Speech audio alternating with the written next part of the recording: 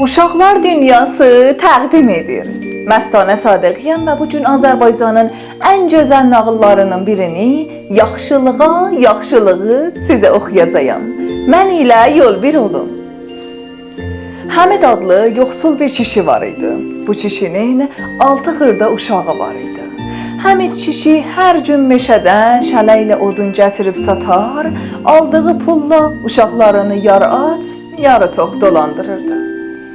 Bir gün Həmid kişi yenə tezdən durdu, əl-üzünü yudu, oturub biraz çörək yedi, sonra dəhrəsini, baltasını götürüb meşəyə odun yığmağa getdi. Az getdi, çox getdi, meşənin lap qalın yerinə çatdı. Bir də gördü ki, bir şey od tutub yanır. Kişi yaxına gedib gördü, alovun içində bir qutu var. O qutunun içində səs gəlir. Ay aman, kömək eləyin, məni bu alovun içindən qurtarın. Həmid kişi çox rəhimli adam idi. Ürəyi yandı, özünü alovun içinə atıb qutunu kənara çatdı. Qutunun ağzını açan kimi içindən bir ilan çıxıb, kişinin boğazına dolanıb qışqırıb dedi, səni elə vuracağam ki, parça-parça olacaqsan. Kişi yalvarıb dedi, İlan qardaş, insaf elə. Mən səni ölümdən qurtardım, sənə yaxşılıq elədim. Yaxşılığın əvəzini vermirsən, vermə, daha məni niyə vurursan?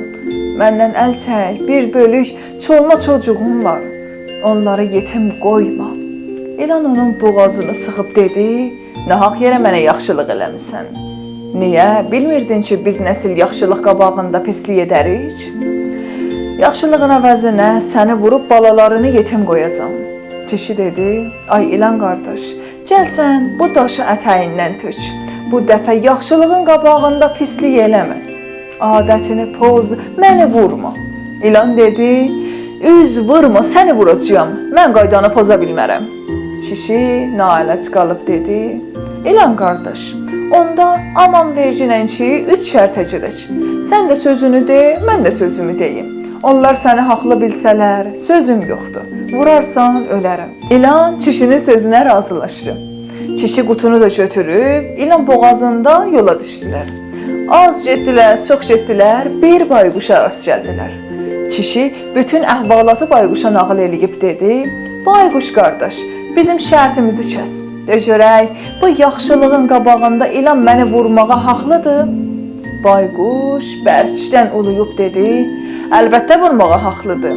Siz insan nəslinə yaxşılığın qabağında pislik eləmək lazımdır. Sizdən mənim də ürəyim yaralıdır. Məni qoymursuz, uluyub istədiyim yerləri xaraba qoyam. Mən dağıdıram, siz tikisiz. İlan qardaş, bunu elə vurasan ki, parça-parça olarım. İlan istədi Həmid kişini vursun. Həmid kişi şərtlərini onu yadına salıb dedi, bizim hələ 2 şərtimiz qalır, aman ver. İlan razılaşdı. Həmid İlanla boynunda yola düşdülər. Bir qədər gedəndən sonra bir canavara rast gəldilər. Kişi dedi, ay canavar qardaş, bu İlan alov içində yanırdı. Mən onun köməyinə çatdım, özümü alovun içinə salıb onu ölümdən qurtardım. Bu yaxşılığın qabağında İlan deyir, səni vuracağam. Sən nə deyirsən? Bu haqlıdır. Canavar bərkdən uluyub dedi, əlbəttə ki, haqlıdır. O sənə böyük xətir qoyub ki, hələ bu vaxta qədər səni vurmuyub. Kişi dedi, canavar qardaş, düz demirsən. Məcəl yaxşılıq eləyəni pislik edərlər. Canavar dedi, mən düz deyirəm. İlan ondan ötürü haqlıdır ki, bu insanlardan mənim də ürəyim yaralıdır. Qoymurlar istədiyim qoyunu, quzunu yəm. Məni görəndə vurub öldürürlər. İndicə bir sürüyə təpindim. Çoban itləri tut dedi. Birtəhər ölümdən qutuldum. Təncə gəlmişik bu insanların əlindən. Onların yaxşılıqlarının qabağında pislik lazımdır. İlan qardaş, bunu elə vur ki, parça-parça olsun. İlan Həmid kişiyə dedi, eşitdin ki, bu da 2-ci şərt. İndi düş yola, 3-cü şərtə gedək. Kişi İlan boğazında yola düşdülər. Dərələrdən sel kimi, təpələrdən yel kimi gedib bir tülküyə rast gəldilər. Kişi tülküyə baş əyib dedi, salam əleyküm tülkü baba, xoş gördük. Tülkü yuxarı tullanıb dedi, Aleykümselam. Ay top qara saqqallı kişi. Xoş gəlmisən, beş gətirmisən. Bu ilanı boynuna dolayıb hara belə gedirsən? Kişi dedi, ay tülçü baba, bu ilan meşədə alov içində yanırdı. Mən onun imdadına çatıb ölümdən qurtardım. Bu yaxşılığın qabağında deyir, səni vuracağam. İndi sən şərtimizi kəs. Görək, bu məni vurmağa haqlıdır ya yox? Tülçü bərk qəzəbləndi, gözlərini bərəldib dedi, gözümün içinə qədər yalan danışırsan. Bu yekəlikdə ilan heç vaxt o qutuya sığmaz. İlan qardaş, sən qutudaydın, yoxsa bu kişi sənə böhtan atır? Yalan demir, mən qutudaydım. Tülçü dedi, sən də yalan deyirsən. Sən heç vaxt o qutuya sığmazsan.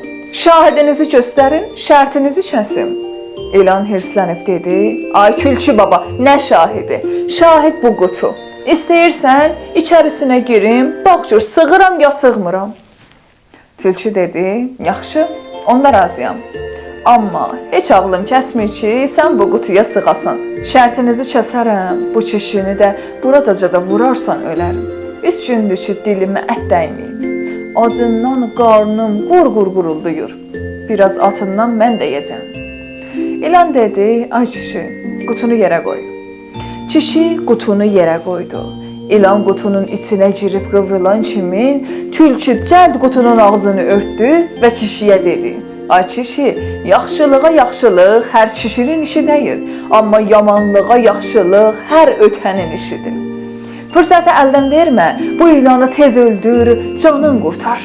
Kişi o saat bir tonqal ocaq qaladı, qutunu götürüb alovun içinə atdı. İlan nə qədər qışqırdı, yalvardı, onun sözünə baxan olmadı. İlan qutu ilə bərabər yanıb kül oldu. Kişi tülçüyə duva alqış eləyirdi ki, birdən ovçuların qıyha-qıy səsi, etlərin hürülməsi eşidildi. Tülçü əl-ayağı düşüb əsməyə dedi ki, ay kişi, ovçular məni axtarırlar. Mən onların əlindən qurtarıb bura gəlmişəm. Sənə yaxşılıq eləyib səni ölümdən qurtardım. Əvəzində sən də mənə yaxşılıq elə, məni gizlət. Həmid kişi fikirləşməmiş, ovçular gəlib çıxdılar. Tülçü işi belə görüb qaçmaq istədi. Amma itlər imkan verməyib, başının üstünü kəsdilər. Ovçular tülçünü diri tutdular. Kişi ovçulara salam verib dedi, ovçu qardaşlar, mən çoxdandır ki, bu hiləgər tülçünün dalınca gəzirdim. Amma ki, tuta bilmirdim. Çox yaxşı oldu ki, siz onu tutdunuz. Bunu mənə verin. Ovçular soruşdular, tülçü sənin nəyinə lazımdır? Kişi dedi, bu tülçü məndə toyuq cücə qoymayıb, hamısını yeyib qurtarıb. İstəyirəm, onun dərisini özüm soyam, içərisində saman doldurub saxlayam. Gündə bir dəfə ona baxım ki, ürəyim soyuyam. Tülçü Həmid kişidən bu sözləri eşidəndə bir atdan yuxarı ona baxıb dedi, ay namərd insan, həyif mənim sənə elədiyim yaxşılığa. Belə bilsəydim, heç səni ilanın əlindən qurtarmazdım, qoyardım, vurardım. Həmid kişi dedi, çox danışma, bir yaxşılıq eləmisən, 1000 dənə də pislik eləmisən. Sonra üzünü ovçulara tutub dedi, qardaşlar, neçə istəyirsəniz mən verim, bunun dərisini soyub mənə verin. Ovçulardan biri bıçağını çıxartdı, tülçünü yerə yıxdı, dərisini boğazından çıxartmaq istəyəndə Həmid kişi dedi, dayan, elə soyma. Ovçu dedi, bəs nə cür soyum? Həmid kişi soruşdu, bir mənə deyin görüm, siz bu tülçünün dərisini soyulmasına görə məndən nə qədər pul alacaqsınız?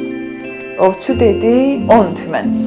Həmid kişi 15 tümən pul çıxardıb ovçuya verdi və dedi, al bu 15 tümən, soymaq zəhməti də sizə qalsın. Tülçünü elə diri verin mənə. Beləliklə mənim ürəyim soyumaz, mən gərək onu öz əllərimlə diri-diri soyam. Ovçular pulu alıb getdilər. Elə ki, gedib gözləm etdilər, Həmid kişi tülçüyə dedi, tülçü qardaş, sən mənə yaxşılıq eləmişdin, mən də sənin xəcalətindən çıxdım. Get yaşa. Bunu deyib, Həmid kişi tülçünü buraxdı. Özü də ipini açıb, arasına odun yığmağa başladı. Tülçü də ona kömək elədi. Həmid kişi şələ-şüləsini dalına atıb, evlərinə getdi. Tülçü də balalarının yanına qaçdı. Əziz balalar, Yadda saxlayın ki, yaxşılıq heç zaman yerdə qalmır. Həmişə yaxşılıq etməyə çalışın ki, qarşınıza da yalnız yaxşı insanlar çıxsınlar və sizin həyatınızı daha da yaxşılaşdırsınlar.